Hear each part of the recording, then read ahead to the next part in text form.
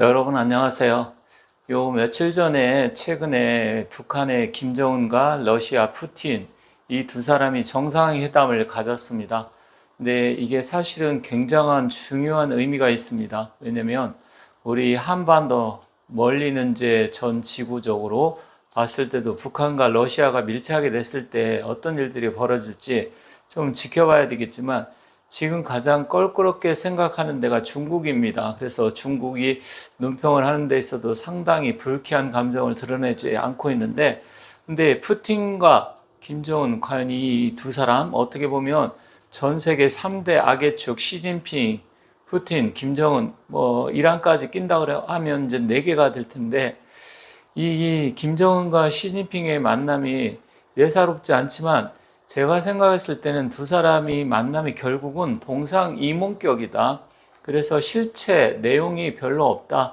저는 이렇게 봤습니다. 그런데 이 두 사람의 실제 사주의 기운을 한번 제가 살펴봤더니 역시 제가 생각했던 대로 그닥 두 사람이 궁합적으로 아주 앞으로 정말 모든 일을 자기들이 정상회담에서 한 것처럼 해서 좋은 결과를 낼 것이냐? 그렇지 않습니다. 왜냐하면 사람이라는 것은 이 지도자, 각 나라의 지도자, 특히 대통령, 우리나라 같은 경우는 크게 좌우가 안 되지만 북한이나 러시아, 중국 이런 데는 지도자의 이 역량이라든지 지도자의 운기가 굉장히 중요합니다.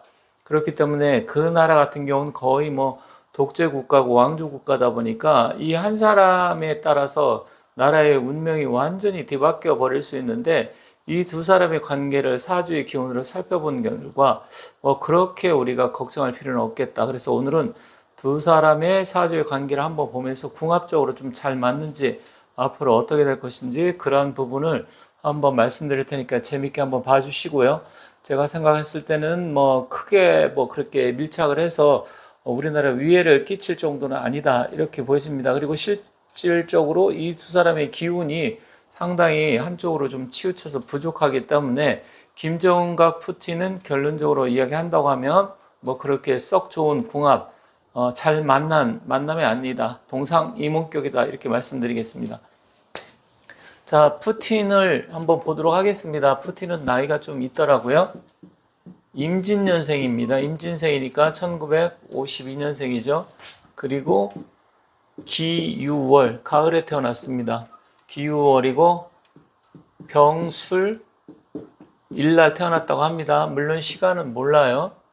다만 푸틴이 그 러시아 상트페테르부르크 이쪽 출신이라고 하는 것 같아요. 그러다 보니까 우리나라하고 시간차가 8시간 정도 있을 수 있습니다. 그래서 시차가 우리나라가 빠른데 이게 우리나라 시간으로 병술이라고 하면 시간이 낮에 태어났다고 하면 당연히 병술이 되겠지만 이 사람이 시간이 어디에 태어났느냐에 따라서 약간 일주가 변할 수는 있는데 제가 찾아보니까 거의 다른 분들도 다 이제 병술 일로 이렇게 보고 있더라고요. 자, 김정은 보도록 하겠습니다. 김정은은 푸틴보다는 나이가 이제 많이 젊죠. 개해년생이고요. 그리고 태어난 달은 겨울에 태어났습니다. 을축. 그리고 태어난 날은 신축일 날 태어났어요. 그리고 역시 여기도 시간은 모릅니다. 자, 중요한 것은 이 사람들의 전반적인 운기, 개별적인 운기는 지금 말씀드릴 건 아니고요. 어떻게 서로 합이 잘 맞아서 또 이 사람들한테 필요한 기운이 무엇이고 또 어떻게 향후 전개될 것인가 이런 부분만 제가 간단하게 말씀드리겠습니다. 자, 여기 김정은이는 신일날 태어났어요. 근데 푸틴은 병일날. 그래서 사주에서는 이거는 궁합을 볼 때는 병, 신, 합수. 그러니까 합을 볼 때는 병하고 신은 기운적으로 합의 기운이 있습니다. 다만 기운이 이렇게 합이 됐을 때는 주로 이제 수기로 변한다. 그래서 병신합수라고 하죠. 자, 여기서 중요한 것은 김정은이는 신금, 이 차디찬 어떻게 보면 보석 같은 아니면 창각, 칼 같은 예리한 기운 갖고 동지 섣달 추운 겨울에 태어났기 때문에 김정은이 사주 입장에서는 가장 필요한 게 조우적으로 화의 기운입니다. 화기가 없어요. 그러다 보니까 뭐 시간이 오후에 태어날 수도 있을지 모르겠지만 현재 상황으로는 어쨌든 오후에 태어난다고 하더라도 동짓달의 기운이고 섣달 기운이기 때문에 일단 화기가 필요합니다. 자, 푸틴도 보면 병화가 자고를 갖고 깔고 앉아 있고요. 그리고 유금, 이것은 이제 재물이죠. 정제, 그리고 편관, 칠살. 이렇게 본다고 하면 식상도 강하고 푸틴도 신약사주에 또 이게 가을 이제 뭐 거의 가을이 깊어가는 시기니까 우리나라 계절적으로 본다고 하면 9월 중순서부터 10월 초순 뭐 이때까지 양력으로 볼 수 있잖아요. 그리고 러시아 같은 경우는 훨씬 더 우리보다 추우니까 푸틴 입장에서도 화기가 필요합니다. 사주 더군다나 자고를 깔고 있기 때문에 그러면 이 두 사람은 다 화의 기운이 필요해요. 그런데 일단 올해는 갑진년이고 올해 같은 경우는 푸틴한테는 진술 충살이 들어오고 김정은이한테는 축진 파살이 들어옵니다. 결국은 부딪히고 깨지고 두 사람 다 실체가 없다는 이야기입니다. 그러니까 올해 어떤 일을 도모한다 하더라도 소득이 없다, 실체가 없다 이렇게 보시면 돼요.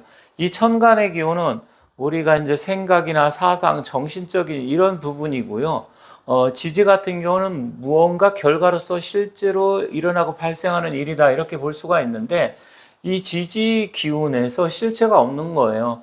그리고 그러다 보니까 이 푸틴 입장에서는 갑진년이 갑이라는 것은 이제 편인의 기운이고 어쨌든 나름 필요한 기운이에요. 하지만 김정은이한테는 실제로 그게 정제인데 재물의 기운인데 뭐 푸틴이 조금 어떻게 해서 도와주긴 했지만 정제라고 해서 큰 도움은 안 되지만 실질적으로는 축진 파사, 진술 충사 그러니까 뭔가 두 사람이 다 깨지고 부딪히고 이루어질 수 없다 이 이야기입니다.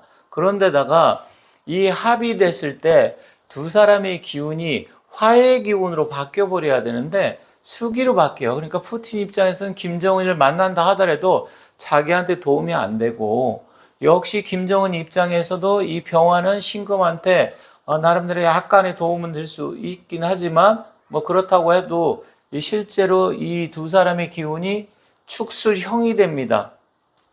그러면 축술형이 된다고 하는 것은 역시 서로 만나서 이득이 되기보다는 뭔가 실질적으로 발생하는 일에서는 도움이 안 되고 서로 힘들어질 수 있다.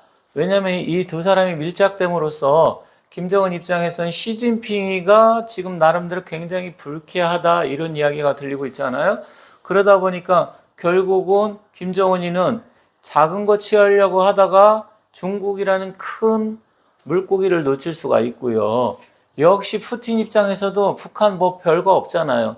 그렇게 되면 중국이 역시 도와줘야 러시아도 나름대로 살 수가 있는데 실질적으로는 둘 다 이 만남이 그다지 도움이 안 된다.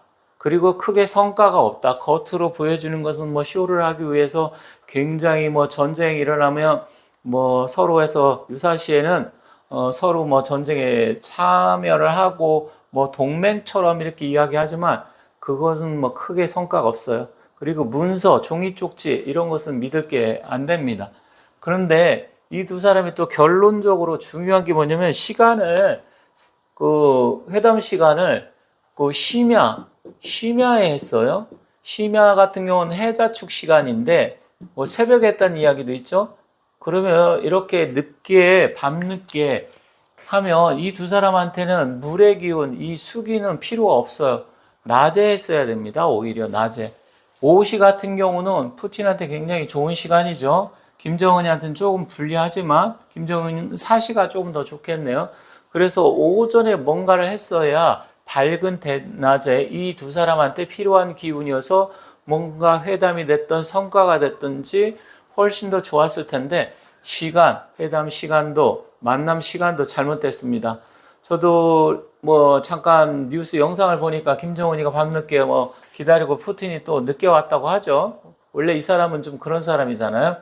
그렇기 때문에 뭐 개인적인 사주가 어떻다 이거는 뭐 지금 말씀드리려면 시간이 너무 많이 걸리고 그래서 이 두 사람의 기운만 놓고 보면 결국은 겉으로 보여졌을 때는 합이 되는 것 같지만 그 합의 기운이 결국 도움이 안 되는 것이고 이 실질적인 부분에 가서는 깨지고 부딪히고 서로에게 힘들게 된다.